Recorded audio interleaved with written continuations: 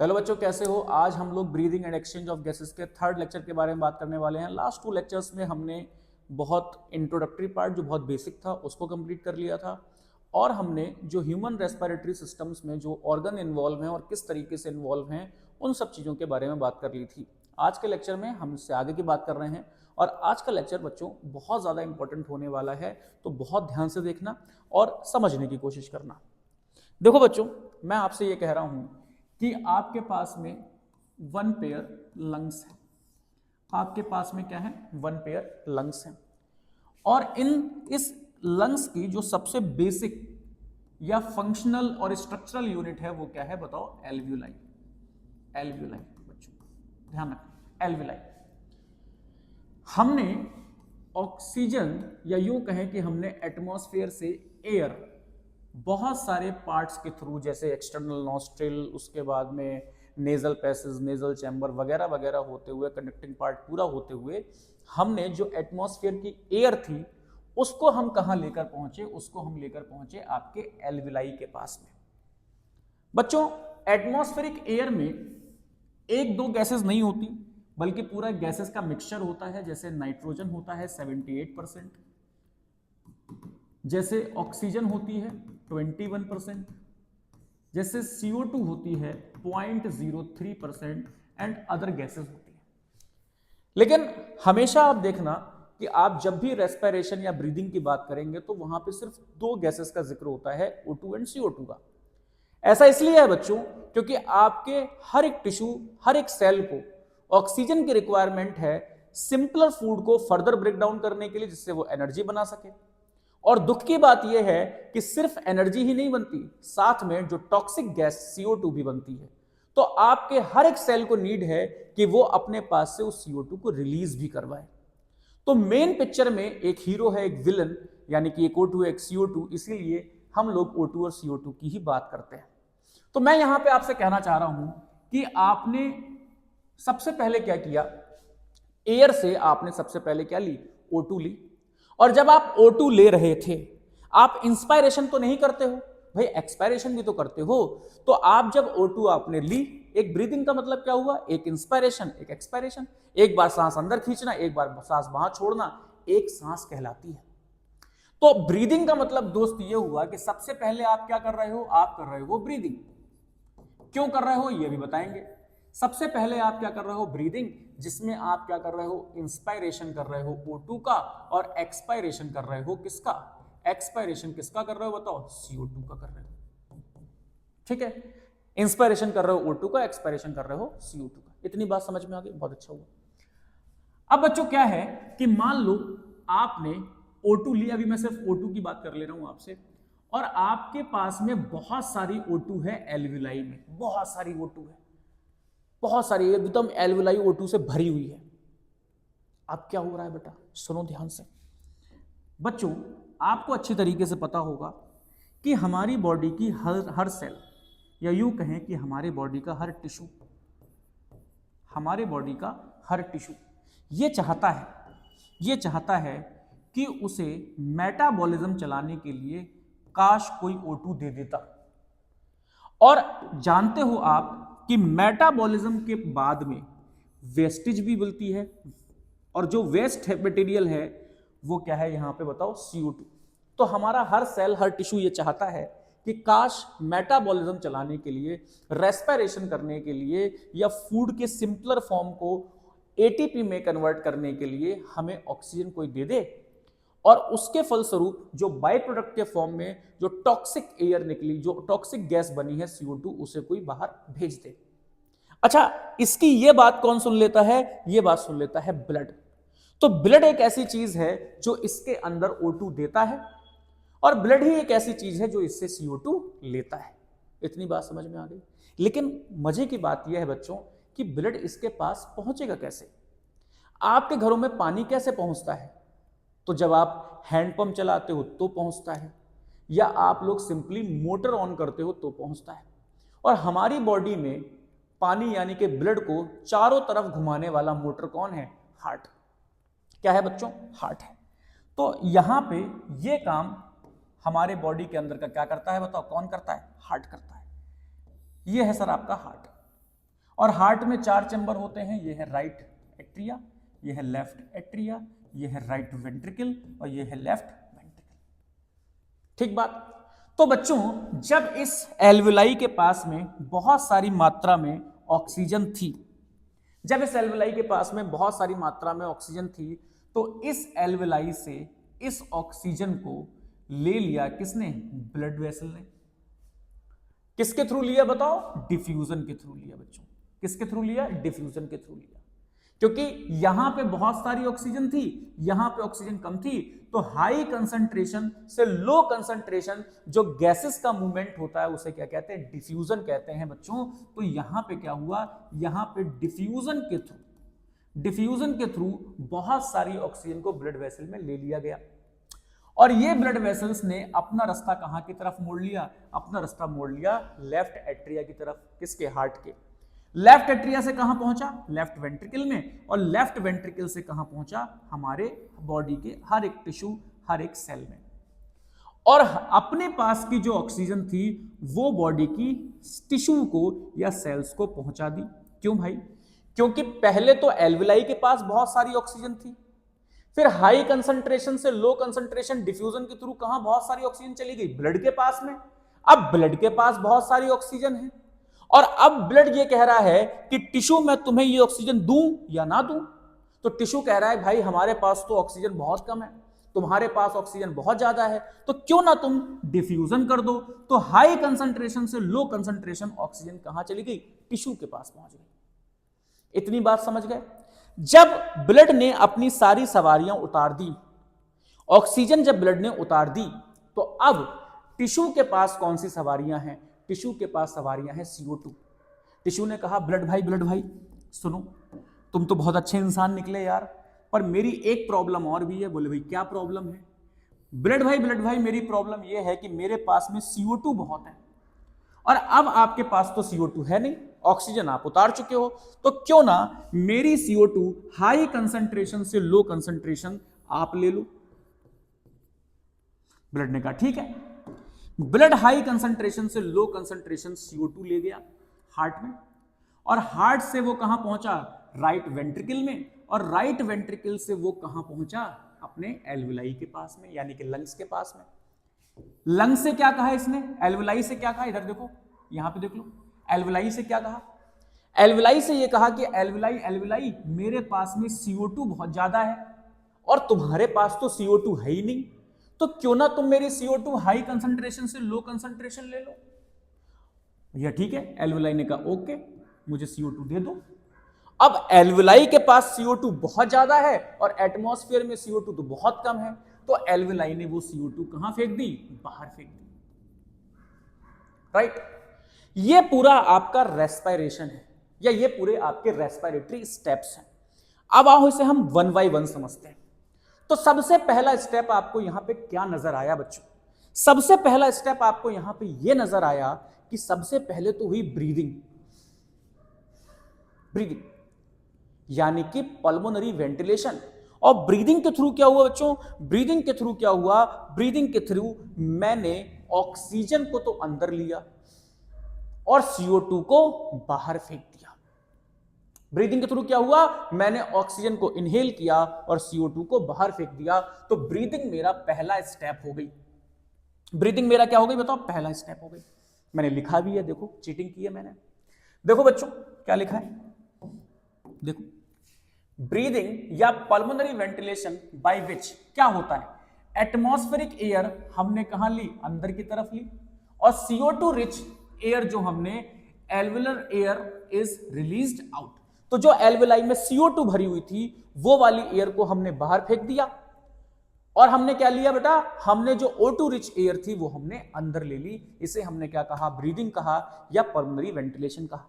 ठीक है भैया। दूसरा क्या किया तुमने?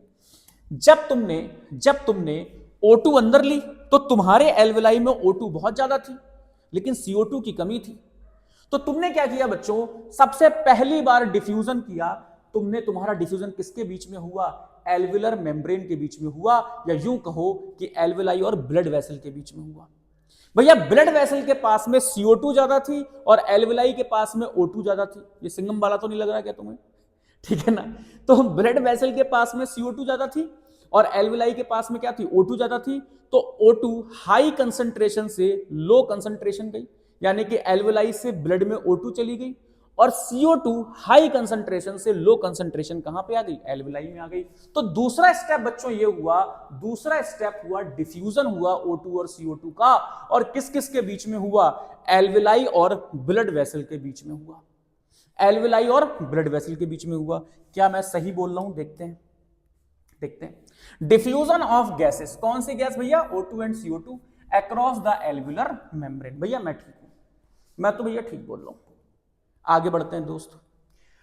अब क्या हुआ बच्चों, अब तुम्हारे पास में जो बहुत सारी मात्रा में O2 थी, किसमें, ब्लड में, वो पहुंची तुम्हारे टिश्यू तक। वो कहां पहुंची बताओ, तुम्हारे टिश्यू तक। बहुत अच्छी बात है। अच्छा, आगे की अगर बात करें तो तुम्हारे टिश्यू से जो बहुत सारी CO2 थी वो कहां पहुंची भैया, ब्लड में। कहां तक, हार्ट तक, और फिर लंग्स तक। तो कुल मिला के यहां पे ब्लड बाइस्ड नहीं है बच्चों, ब्लड O2 को भी कैरी कर रहा है और ब्लड CO2 को भी कैरी कर रहा है। दुखद बात यह है कि हम एक समय में अगर एक बात करें तो समझ पाएंगे।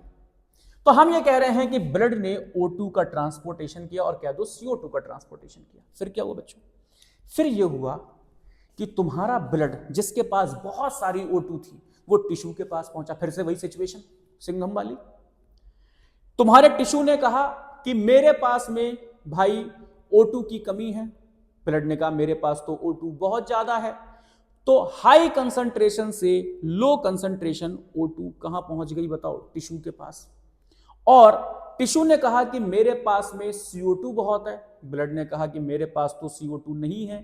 तो हाई कंसंट्रेशन से लो कंसंट्रेशन CO2 कहां पहुंच गई, तुम्हारे ब्लड में पहुंच गई। देखते हैं क्या मैं सही कह रहा हूं नहीं कह रहा हूं। डिफ्यूजन ऑफ, पहली बात तो transport of gases by the blood. तो जो गैसेस जो चली वो किसके थ्रू चली, ब्लड के थ्रू चली। बहुत अच्छी बात। दूसरा सुनो, diffusion of O2 and CO2 between blood and tissue. तो पहला डिफ्यूजन कहां कहां के बीच में हुआ था, एल्वेलाई और ब्लड के बीच में हुआ था या ब्लड वेसल के बीच में हुआ था। और दूसरा डिफ्यूजन कहां हुआ बताओ, दूसरा डिफ्यूजन हुआ ब्लड और टिश्यू के बीच में। इतनी बात समझ में आ गई, ठीक। अब क्या हुआ बच्चों, अब क्या हुआ, जब टिश्यू को O2 मिल गई, जब टिश्यू को O2 मिल गई तो उसने क्या किया, उसने किया जो सिंपलर फूड था ना, उसने O2 की प्रेजेंस में उसे फर्दर ब्रेक डाउन करके क्या बनाया, ATP बनाया, और क्या बनाया, CO2 बनाया, और क्या बनाया बताओ, H2। इसको हम लोग बोलते हैं मेटाबॉलिज्म। और ये कौन सा मेटाबॉलिज्म है, ये कैटाबॉलिज्म भी है और एनाबॉलिज्म भी है।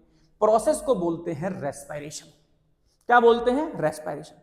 तो हम क्या ये कह सकते हैं कि आपकी O2 का इस्तेमाल करके मेटाबॉलिज्म के द्वारा बनी और CO2 क्या हुई, यहां से रिलीज हुई। तो देखो क्या किया, इतना शिद्दत से आपके टिश्यू को चाहिए क्यों थी O2, utilisation of O2 by the cells, tissue या cells, for catabolic reaction and resultant release the CO2, जिसको हम क्या कह रहे हैं, सेल्यूलर रेस्पिरेशन कह रहे हैं।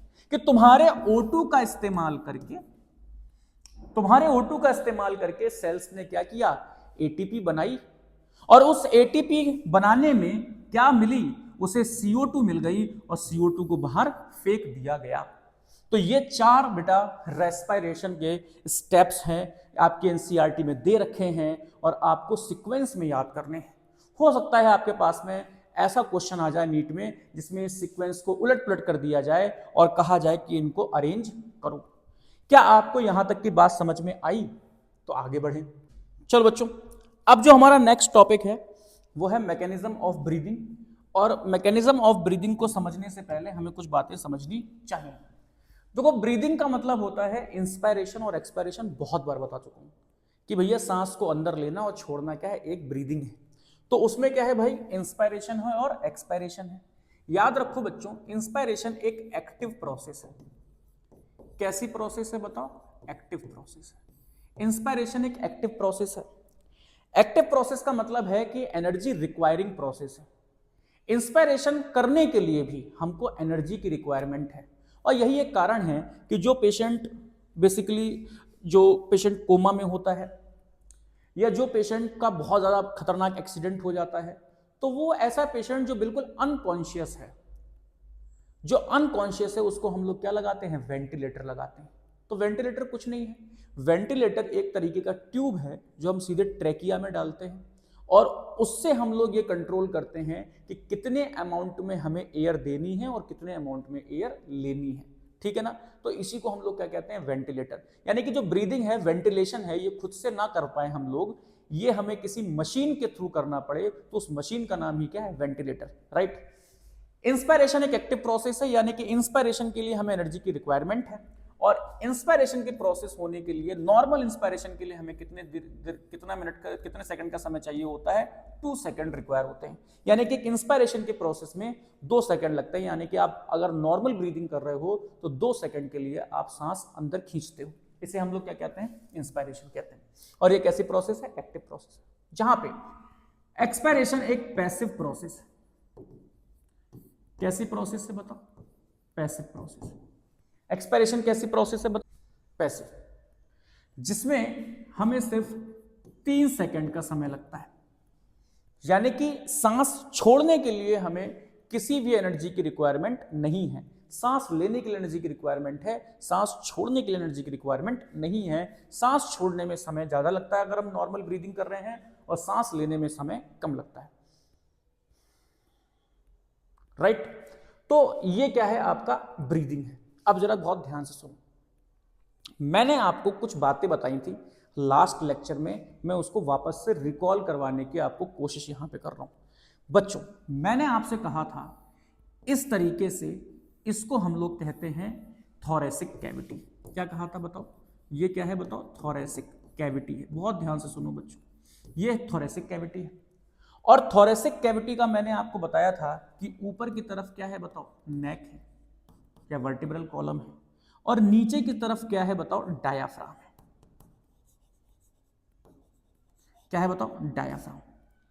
तो जो इसका अपर पार्ट है वो नेक के थ्रू कवर है, और लोअर पार्ट किसके थ्रू कवर है बताओ, डायफ्राम के थ्रू कवर है। और ये डायफ्राम जो है वो कैसा है बताओ, ये डोम शेप्ड है। कैसा है बताओ, डोम शेप्ड है, गुंबद की तरह है। तो ये वाला हमारा क्या है, ये है अपर पार्ट, ये क्या है बताओ, लोअर पार्ट। साइड में हमारे पास में क्या है बताओ, रिब्स है बच्चों। साइड में क्या है हमारे पास में, रिब्स।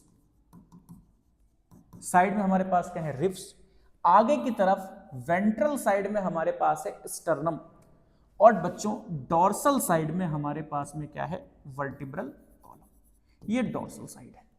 तो यानी कि थोरेसिक कैविटी अगर हम लोग बात करें, थोरेसिक कैविटी ऊपर से, आगे से, पीछे से और नीचे से पूरी तरीके से क्या है, कवर है। इसको कहते हैं थोरेसिक कैविटी।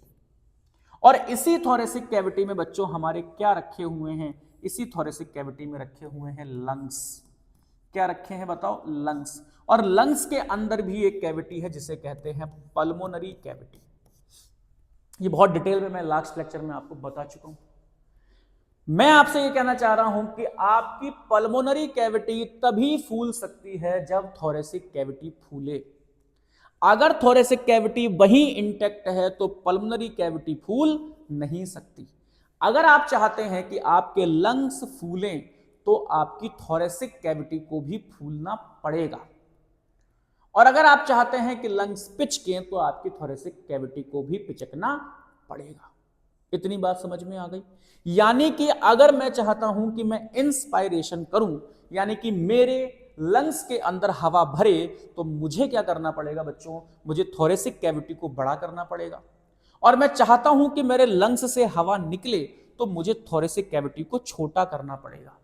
और थोरेसिक कैविटी बड़ी छोटी कहां से हो सकती है, तो भैया जहां से वो घिरी है उसी वजह से हो सकती होगी। तो ऊपर क्या है, नेक, नीचे है डायफ्राम, साइड में क्या है, रिब्स, और सामने क्या है, स्टर्नम, पीछे क्या है, वर्टिब्रल कॉलम, राइट। अब हम लोग चलते हैं मैकेनिज्म ऑफ ब्रीदिंग की तरफ। थोड़ी बातें और कर लेते हैं, फिर चलते हैं मैकेनिज्म ऑफ ब्रीदिंग की तरफ। जरा देखो बच्चों, ये मैंने आपसे कहा कि आपकी थोरेसिक कैविटी है। ये वाला जो एक्सिस है, इस एक्सिस को कहते हैं एंटीरियो पोस्टीरियर। इस एक्सिस को क्या कहते हैं, एंटीरियो पोस्टीरियर एक्सिस कहते हैं। इसको क्या कहते हैं बताओ, एंटीरियो पोस्टीरियर एक्सिस कहते हैं। यानी कि इस तरीके का अगर कोई भी मूवमेंट हो रहा है, या आपकी थोरेसिक कैविटी इस फॉर्म में बढ़ रही है या घट रही है, तो मैं कहूंगा कि थोरेसिक कैविटी किस फॉर्म में बढ़ घट रही है, एंटीरियो पोस्टीरियर एक्सिस पे बढ़ घट रही है। और इसको हम लोग कहते हैं डॉर्सो वेंट्रल। क्या कहते हैं बच्चों, इसको कहते हैं dorso ventral, dorso ventral axis. यानी कि अगर मैं तुमसे कह रहा हूं कि तुम्हारी थोरेसिक कैविटी इस फॉर्म में बढ़ घट रही है, तो वो कैसी बढ़ घट रही है, डॉर्सो वेंट्रल एक्सिस पे बढ़ घट रही है। यानी कि ऐसे ऐसे एंटीरियो पोस्टीरियर और ऐसे ऐसे डॉर्सो वेंट्रल। ठीक है, दो ही तरीके से आपकी जो थोरेसिक कैविटी है वो क्या हो सकती है, साइज बड़ा कर सकती है, या तो ऐसे साइज बड़ा कर सकती है और ऐसे साइज बड़ा कर सकती है। यानी कि आपकी थोरेसिक कैविटी एंटीरियो पोस्टीरियर और डॉर्सो वेंट्रल क्या हो सकती है, इंक्रीज हो सकती है। अब देखो दूसरी चीज जो तुम्हें समझनी है यहां पे, वो ये समझनी है बच्चों, ध्यान से सुनो। दूसरी चीज आपको क्या समझनी है, दूसरी चीज आपको यह समझनी है कि सपोज टू बी ये हमारा स्टर्नम है, ये हमारा स्टर्नम है, और इस स्टर्नम से इस तरीके से क्या है, रिब्स है। क्या है बताओ, ये क्या है बताओ, ये है स्टर्नम, और ये क्या है बताओ, रिब्स। तो याद रखना बच्चों, पहली बात तो मैं तुमसे ये कह रहा हूं कि इस रिब्स के नीचे पाया जाने वाला जो डायफ्राम है, ये एक मसल है। बहुत ध्यान से सुनना, ये क्या है बताओ, ये है डायफ्राम, और डायफ्राम एक मसल है, कसम खा लो आज से, डायफ्राम एक मसल है। एक और चीज सुनो बेटा, जो रिब्स है ना, रिब्स के बीच में, दो रिब्स के बीच में, जैसे ये एक रिब्स है और ये एक रिब्स है, दो रिब्स के बीच में दो तरह की मसल्स मौजूद होती हैं जिन्हें कहते हैं कॉस्टल मसल्स। और ये दो तरह की होती हैं, एक होती है एक्सटर्नल इंटरकॉस्टल मसल। क्या होती है, एक्सटर्नल इंटरकॉस्टल मसल। ये क्या काम करती हैं, ये दो रिब्स के बीच में जो मसल्स इस तरीके से एक रिब्स से दूसरे रिब्स के ऊपर से जाके बंधे, ऐसे ऐसे, उसको बोलते हैं एक्सटर्नल इंटरकॉस्टल मसल। क्या बोलते हैं बताओ, एक्सटर्नल इंटरकॉस्टल मसल। ये है external intercostal muscle, external intercostal muscle. Suppose to be मैं यहां बना रहा हूं आपको external intercostal muscle, these are external intercostal muscles.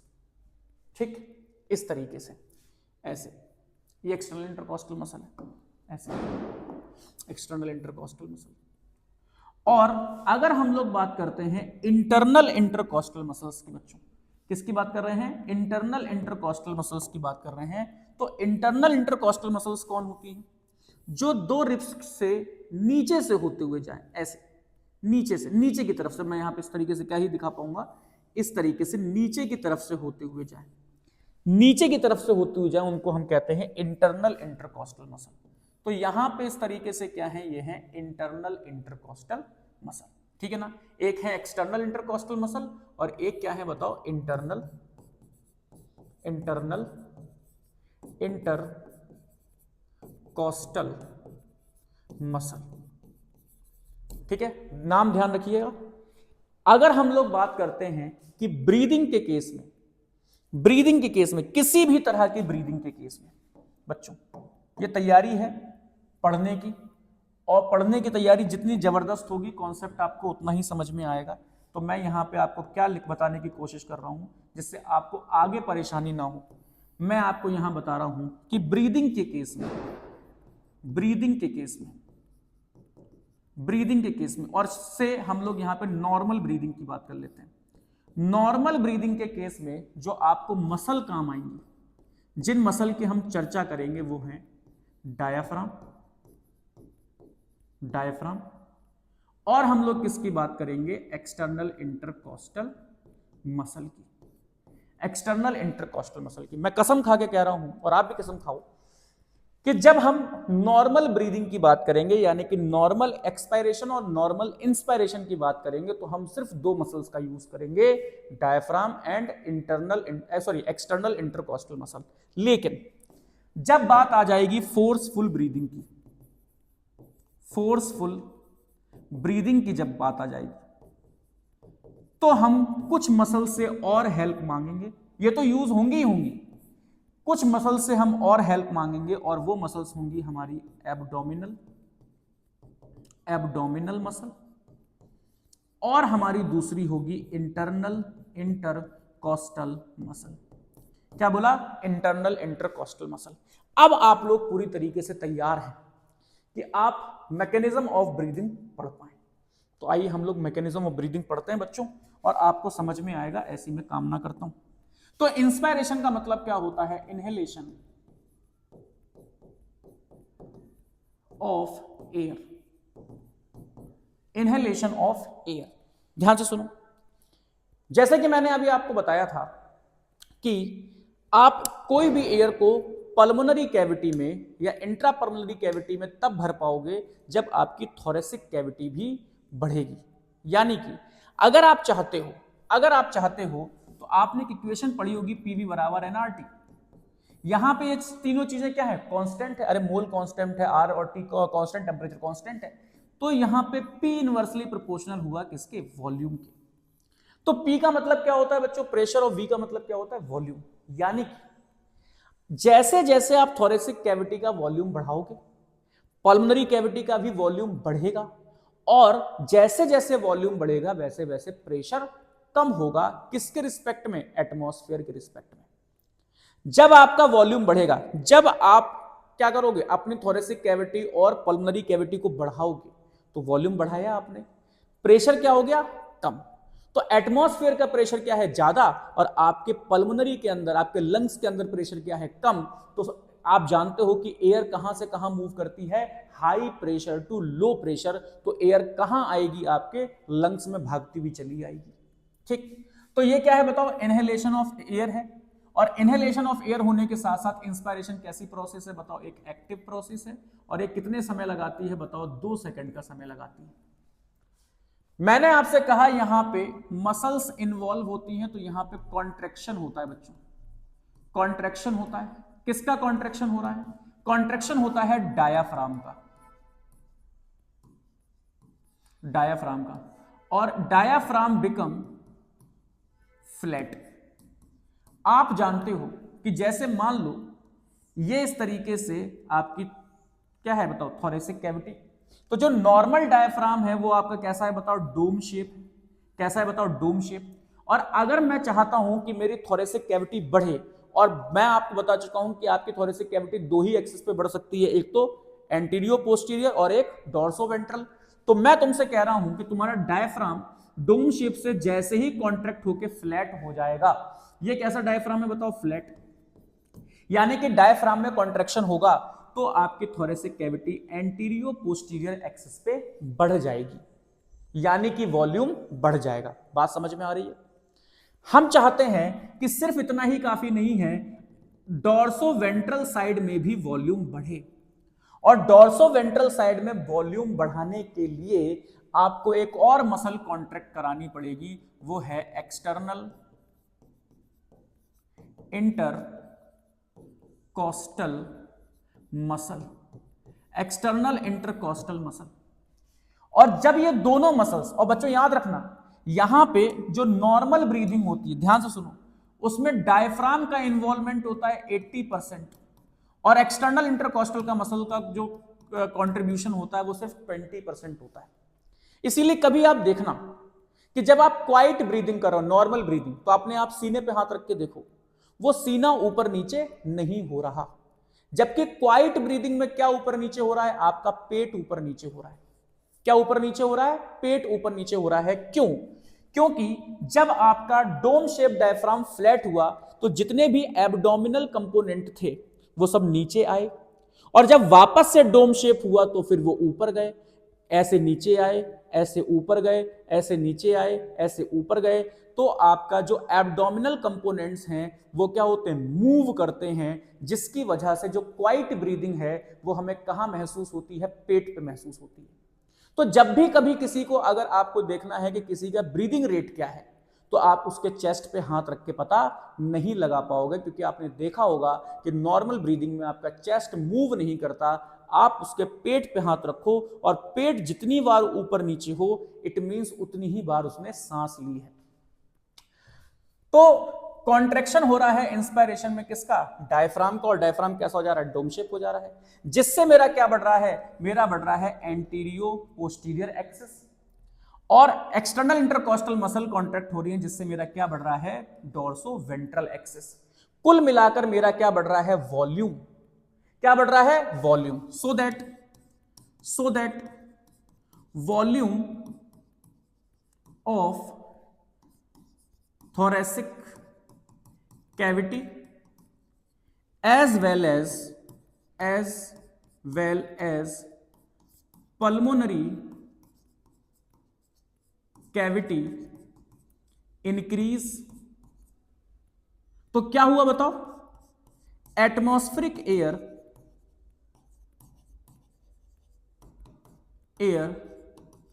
drawn into the lungs according to pressure gradient, that is high pressure to low pressure। तो जब मेरा thoracic volume बढ़ा तो मेरा पल्मोनरी वॉल्यूम बढ़ा, और जब मेरा थोरेसिक और पल्मोनरी वॉल्यूम बढ़ा तो यहां प्रेशर अंदर क्या हुआ, लंग्स में कम, और जब प्रेशर अंदर कम हुआ तो अंदर पल्मोनरी प्रेशर के मुकाबले जो एटमॉस्फेयर का प्रेशर था वो बहुत ज्यादा था, तो ज्यादा प्रेशर से हवा कहां आई, कम प्रेशर की तरफ, और मेरे जो लंग्स थे वो क्या हो गए, फूल गए, यानी कि इंस्पायरेशन हो गया। इतनी बात आपको समझ में आ गई होगी। तो इंस्पायरेशन क्या हो रहा है, इंस्पायरेशन एक एक्टिव प्रोसेस है, 2 सेकंड में होती है, डायफ्राम और एक्सटर्नल इंटरकॉस्टल मसल कॉन्ट्रैक्ट होते हैं, जिसमें डायफ्राम का योगदान होता है 80%, एक्सटर्नल इंटरकॉस्टल मसल का योगदान होता है 20%, वॉल्यूम बढ़ता है, प्रेशर घटता है, हाई प्रेशर से लो प्रेशर एयर जंप करती है, और हम क्या कहते हैं, उस प्रोसेस को इंस्पायरेशन कहते हैं। देखो यहां पे दिखाया भी गया है कि जो रिब्स एंड स्टर्नम है ये आगे की तरफ बढ़ रही हैं, ठीक है ना, और जो डायफ्राम है वो नीचे की तरफ बढ़ रहा है, जिससे ओवरऑल ये कैविटी क्या हो रही है, इंक्रीज, और बाहर से जो एयर है वो तुम्हारे लंग्स में भर जा रही है, क्योंकि तुम्हारी वॉल्यूम ऑफ थोरेसिक कैविटी बढ़ी, जिससे वॉल्यूम ऑफ पल्मोनरी कैविटी बढ़ी, और जिससे प्रेशर क्या हुआ बच्चों, कम हो गया। इतनी बातें आपको समझ में आई होंगी। वहीं पर अगर हम लोग एक्सपायरेशन की बात करें, तो चूंकि मैंने आपसे कहा बच्चों एस्पायरेशन एक पैसिव प्रोसेस है, और यहां पर कितना समय लगता है, 3 सेकंड। जब मैं कह रहा हूं कि एक पैसिव प्रोसेस है तो नो मूवमेंट ऑफ मसल, या यूं कह दें no muscle involve in expiration. कोई मसल आपके एक्सपायरेशन में इन्वॉल्व नहीं होती।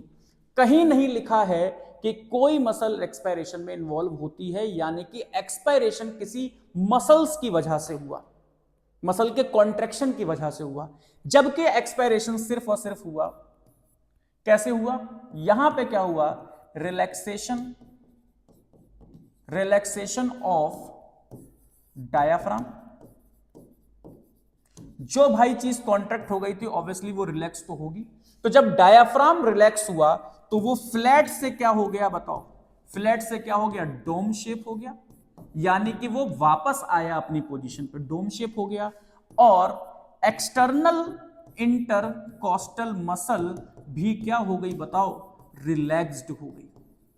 एक्सटर्नल इंटरकॉस्टल मसल भी क्या हो गई, रिलैक्स्ड। सो सोचो क्या किया आपने क्या किया, जो चीजें कॉन्ट्रैक्ट करके आपने वॉल्यूम को बढ़ाया था, जो चीजें कॉन्ट्रैक्ट करके आपने वॉल्यूम को बढ़ाया था, उन चीजों को रिलैक्स करके आपने वॉल्यूम को क्या कर दिया, घटा दिया। जब वॉल्यूम घटा तो प्रेशर बढ़ गया, वॉल्यूम घटा तो प्रेशर बढ़ गया, यानी कि वॉल्यूम कम हुआ, अब तुम्हारे अंदर हवा का प्रेशर, हवा का दाब ज्यादा है एटमॉस्फेयर के मुकाबले, तो अब क्या होगा कि high pressure to low pressure air भाग जाएगी, यानी कि जो एयर है बेटा वो कहां चली जाएगी, बाहर की तरफ चली जाएगी, जिसको हम एक्सपायरेशन कहते हैं। देखो डायफ्राम रिलैक्स हो गए यानी कि ऊपर आ गया फिर से, तो आपकी क्या हुआ, एंटीरियो पोस्टीरियर एक्सिस का वॉल्यूम क्या हो गया, कम। रिप्स वगैरह भी पीछे की तरफ आ गई, तो आपकी डोर्सोवेंट्रल एक्सिस का भी क्या हो गया, वॉल्यूम कम हो गया। तो कुल मिलाकर थोरेसिक कैविटी का वॉल्यूम कम हुआ। Thoracic cavity directly proportional to pulmonary cavity, तो उसका ही वॉल्यूम कम हुआ। जब वॉल्यूम कम हुआ तो भाई इनवर्सली प्रोपोर्शनल टू प्रेशर, तो प्रेशर बढ़ा, और प्रेशर किसके मुकाबले बढ़ा, एटमॉस्फेरिक प्रेशर के मुकाबले बढ़ा। आपका एटमॉस्फेयर का प्रेशर क्या था बताओ, कम था। आपके लंग्स में प्रेशर ज्यादा था, तो high pressure to low pressure हवा बाहर की तरफ चली गई। तो यह है बेटा आम जिंदगी, यानी कि क्वाइट नॉर्मल ब्रीदिंग, और आप कहां से फील कर सकते हो, एब्डोमेन से फील कर सकते हो। व्हाट अबाउट द मेंटोस जिंदगी, यानी कि फोर्सफुल इंस्पायरेशन और expiration. Forceful breathing, forceful breathing, ध्यान से सुनो। फोर्सफुल ब्रीदिंग का यही फंडा है कि अब आपको बहुत तेजी से सांस अंदर खींचनी है और बहुत तेजी से सांस बाहर निकालनी है। तो कुल मिला के आपको एक एक्सट्रीम लेवल पे जो आपका थोरेसिक और पल्मोनरी वॉल्यूम है उसको बढ़ाना है, और बहुत एक्सट्रीम लेवल पे उसको घटाना है। बहुत एक्सट्रीम लेवल पे बढ़ाना है और बहुत एक्सट्रीम लेवल पे घटाना है। और आप ये चीजें कैसे करोगे, आइए इस बात में हम लोग देखते हैं। तो देखो बच्चों, फोर्सफुल जब आप इंस्पायरेशन करते हो, जब फोर्सफुल इंस्पायरेशन करते हो तो आप चाहते हो कि आपकी जो थोरेसिक वॉल्यूम है वो बहुत ज्यादा बढ़े। उसके लिए आप क्या कर सकते हो, कॉन्ट्रैक्शन ऑफ डायाफ्राम। आप डायाफ्राम का क्या कर सकते हो, कॉन्ट्रैक्शन। तो जैसे इस तरीके से था आपका ये, तो आपने इस तरीके से था नॉर्मल, तो आपने डायफ्राम को बहुत ज्यादा कॉन्ट्रैक्ट किया, इतना, तो कॉन्ट्रैक्शन ऑफ डायफ्राम, ठीक है भाई। और साथ ही साथ आपने क्या किया, आपने अब जो आपका एक्सटर्नल इंटरकॉस्टल मसल था, जिसका आप नॉर्मल ब्रीदिंग में सिर्फ 20% यूज कर रहे थे, उसका यूसेस बढ़ाना पड़ेगा। उसका यूजेस क्या करना पड़ेगा, बढ़ाना पड़ेगा। इसीलिए जो फोर्सफुल ब्रीदिंग है उसमें आपका पेट मूव ना करे, लेकिन चेस्ट तो मूव करता है। तो चेस्ट को ज्यादा मूव करने के लिए, चेस्ट को बाहर निकालने के लिए आपको कौन से एक्सेस पे ज्यादा वॉल्यूम बढ़ाना पड़ेगा, डोर्सोवेंट्रल पे। और डोर्सोवेंट्रल एक्सेस पे वॉल्यूम तभी बढ़ता है जब कॉन्ट्रैक्शन करवाना पड़े, contraction of external intercostal muscle. जब भयानक कॉन्स्ट्रक्शन करवाना पड़े आपको एक्सटर्नल इंटरकॉस्टल मसल में। और याद रखो बच्चों, बहुत इंपॉर्टेंट है, हमने नॉर्मल क्वाइट ब्रीदिंग में डायफ्राम का कितना परसेंट पार्ट यूज किया था, 80%, लेकिन यहां पे हम सिर्फ कितना करेंगे, 60% या 50 to 60%। लेकिन हम लोग एक्सटर्नल इंटरकॉस्टल का कितना पार्ट यूज करेंगे, एक्सटर्नल इंटरकॉस्टल का मसल का पार्ट यूज करेंगे 40 से 50%। तो इसीलिए फोर्सफुल ब्रीदिंग में आपका चेस्ट मूव होते हुए दिखाई देता है, जबकि क्वाइट ब्रीदिंग में आपका चेस्ट मूव होते हुए दिखाई नहीं देता। तो ये फोर्सफुल इंस्पायरेशन की बात थी। अब व्हाट अबाउट फोर्सफुल एक्सपायरेशन। अगर मैं तुमसे कहूं कि मुझे फोर्सफुल एक्सपायरेशन करना है, तो फोर्सफुल एक्सपायरेशन में ध्यान दो बच्चों, आपको क्या करना पड़ेगा, आपको बहुत तेजी से यहां से आपको कहां आना पड़ेगा, यहां से आपको कहां आना पड़ेगा, वापस आना पड़ेगा। तो इतनी जो वॉल्यूम थी वो आपकी डिक्रीज हुई। भाई एक्सपायरेशन में हमें वॉल्यूम क्या करनी है, कम करनी है। और यहां से आपको कहां आना पड़ेगा, यहां आना पड़ेगा, यानी कि इतनी वॉल्यूम आपकी ये डिक्रीज हुई। ठीक, तो एंटीरियो पोस्टीरियर और डोर्सोवेंट्रल दोनों ही एक्सिस पे आपको क्या करना पड़ेगा, वॉल्यूम को कम करना पड़ेगा। और ऐसा कब पॉसिबल है बच्चों, जब आप यूज करो कॉन्ट्रैक्शन ऑफ फोर्सफुल एक्सपायरेशन, जो है वो पैसिव प्रोसेस नहीं है बच्चों। फोर्सफुल एक्सपायरेशन एक्टिव प्रोसेस है। क्योंकि आप यहां पे मसल कॉन्ट्रैक्ट कर रहे हो।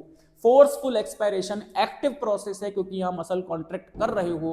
नॉर्मल एक्सपायरेशन एक्टिव प्रोसेस नहीं है क्योंकि वहां पे कोई मसल कॉन्ट्रैक्ट नहीं कर रहे। फोर्सफुल एक्सपायरेशन यहां पे एक्टिव प्रोसेस है क्योंकि आप कॉन्ट्रैक्शन कर रहे हो।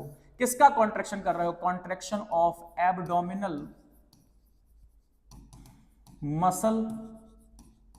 एब्डोमिनल मसल का कॉन्ट्रैक्शन कर रहे हो। यानी कि जब आप चाहते हो कि मैं फोर्सफुल हवा बाहर फेंकूं तो आप अपने एब्डोमिन के कंपोनेंट को क्या ले जाते हो? ऊपर की तरफ ले जाते हो। और एब्डोमिन का कंपोनेंट ज्यादा से ज्यादा ऊपर तभी आएगा जब आपकी एब्डोमिनल मसल कॉन्ट्रैक्ट करेंगी। तो आप यहां पे एब्डोमिनल मसल क्या करवा रहे हो? कॉन्ट्रैक्ट करवा रहे हो। साथ ही साथ किसका सहारा ले रहे हो? आपकी जो नॉर्मल स्टर्नम थी उसे और पीछे की तरफ ले जा रहे हो। यानी कि यहां पे जो दूसरी मसल का कॉन्ट्रैक्शन कर रहे हो वो है contraction of internal intercostal muscle. Contraction of internal intercostal muscle और कॉन्ट्रैक्शन ऑफ एब्डोमिनल मसल, ये है फोर्सफुल एक्सपायरेशन बच्चों। और फोर्सफुल एक्सपायरेशन आप जान लो कि फोर्सफुल एक्सपायरेशन एक एक्टिव प्रोसेस होता है। तो बच्चों हमने अभी तक क्या पढ़ा? हम लोग फिर से एक बार रिवीजन करते हैं। अगर हमको इंस्पायरेशन करना है तो हमको क्या करना पड़ेगा? हमको वॉल्यूम बढ़ानी पड़ेगी। थोरेसिक वॉल्यूम बढ़ेगी तो पल्मोनरी वॉल्यूम बढ़ेगी। और वॉल्यूम बढ़ाने के लिए हमको कहां किन किन एक्सेस पे वॉल्यूम बढ़ सकती है? एंटीरियो, पोस्टीरियर एंड डोर्सो वेंट्रल। तो इंस्पायरेशन अगर हम नॉर्मल इंस्पायरेशन कर रहे हैं तो वो एक एक्टिव प्रोसेस है, 2 सेकंड में पूरी होती है। और एक्टिव प्रोसेस है तो यहां पे कितनी मसल्स इन्वॉल्व हैं? 2। कॉन्ट्रैक्शन होता है एक्सटर्नल इंटरकॉस्टल मसल का और डायफ्राम का। यहां पे डायफ्राम का यूज 80% है और एक्सटर्नल इंटरकॉस्टल मसल का यूज कितना है? 20%। अल्टीमेटली वॉल्यूम बढ़ता है, प्रेशर घटता है, high pressure to low pressure हवा अंदर आ जाती है। अगर हमको नॉर्मल क्वाइट एक्सपायरेशन करना है तो क्या होता है बच्चों? तो किसी भी मसल का इन्वॉल्वमेंट नहीं होता, या यूं कहें कि हमारे पास में एक्सपायरेशन के लिए कोई एक्स्ट्रा मसल नहीं है। बस जो हमने इंस्पायरेशन के समय मसल्स कॉन्ट्रैक्ट की थी उन्हीं को हम रिलैक्स कर देते हैं। यानी कि एक्सटर्नल इंटरकॉस्टल मसल और डायफ्राम क्या हो जाती है? रिलैक्स हो जाती है। रिलैक्स हो जाते हैं तो वॉल्यूम घट जाता है, वॉल्यूम घट जाता है तो प्रेशर बढ़ जाता है, और प्रेशर बढ़ जाता है तो high pressure to low pressure हवा बाहर चली जाती है। लेकिन अगर हम लोग फोर्सफुल एक्सपायरेशन या इंस्पायरेशन करें, यानी कि फोर्सफुल ब्रीदिंग करें, तो फोर्सफुल इंस्पायरेशन और एक्सपायरेशन दोनों ही एक्टिव प्रोसेस हैं। दोनों ही क्या है बताओ? Active process. फोर्सफुल इंस्पायरेशन में बस अंतर यह हो जाता है कि हमारा जो एक्सटर्नल इंटरकॉस्टल मसल का यूज है वो बढ़ जाता है, जिससे डोर्सो वेंट्रल एक्सिस भी वॉल्यूम बहुत ज्यादा बढ़ाती है, साथ साथ एंटीरियो पोस्टीरियर एक्सिस के साथ साथ। वहीं दूसरी तरफ बच्चों अगर हम लोग फोर्सफुल एक्सपायरेशन करते हैं तो यहां पे फोर्सफुल एक्सपायरेशन के लिए हमारे पास मसल्स हैं, and that is why forceful expiration is active process. और यहां पे 2 मसल्स काम करती हैं। एक तो काम करती है भाई, जाहिर सी बात है, एक्सटर्नल इंटरकॉस्टल मसल, और डायफ्राम रिलैक्स तो होगा, वो तो अलग बात है। लेकिन 2 मसल्स जो सिर्फ और सिर्फ फोर्सफुल एक्सपायरेशन के लिए बनी है वो है internal intercostal muscle and abdominal muscle. अब बच्चों नॉर्मल एक हेल्दी पर्सन जो ब्रीद करता है, जो ब्रीदिंग रेट है बेटा, जो ब्रीदिंग रेट है, जो रेट ऑफ ब्रीदिंग है वो कितना है? 12 से 16 ब्रीद पर मिनट। एक नॉर्मल सिचुएशन में एक नॉर्मल अडल्ट 12 से 16 बार सांस लेता है, 12 से 16 बार सांस लेता है। और एक बच्चों चीज होती है, बहुत ध्यान से सुनो, एक होती है स्पायरोमीटर। क्या होती है बताओ? स्पायरोमीटर है। इस स्पायरोमीटर से ये क्लिनिकली असेसमेंट होता है। ये स्पायरोमीटर से हम ये देखते हैं कि जो आपका ब्रीदिंग रेट है वो ठीक काम कर रहा है या नहीं कर रहा है, या जो लंग्स आपके ठीक तरीके से वर्क कर रहे हैं, यानी कि ठीक अमाउंट में एयर को ले रहे हैं और ठीक अमाउंट में एयर को छोड़ रहे हैं। तो कुल मिला के जो लंग्स की एक्टिविटी है उसको हम क्लिनिकली अगर हम जांचने की कोशिश करें तो किसके थ्रू जांच सकते हैं? स्पायरोमीटर के थ्रू जांच सकते हैं। तो बच्चों यहां तक का हमारा ये वाला लेक्चर था। अगले लेक्चर में हम लोग इसके आगे की बात करेंगे। तब तक के लिए stay safe and stay healthy. जय हिंद।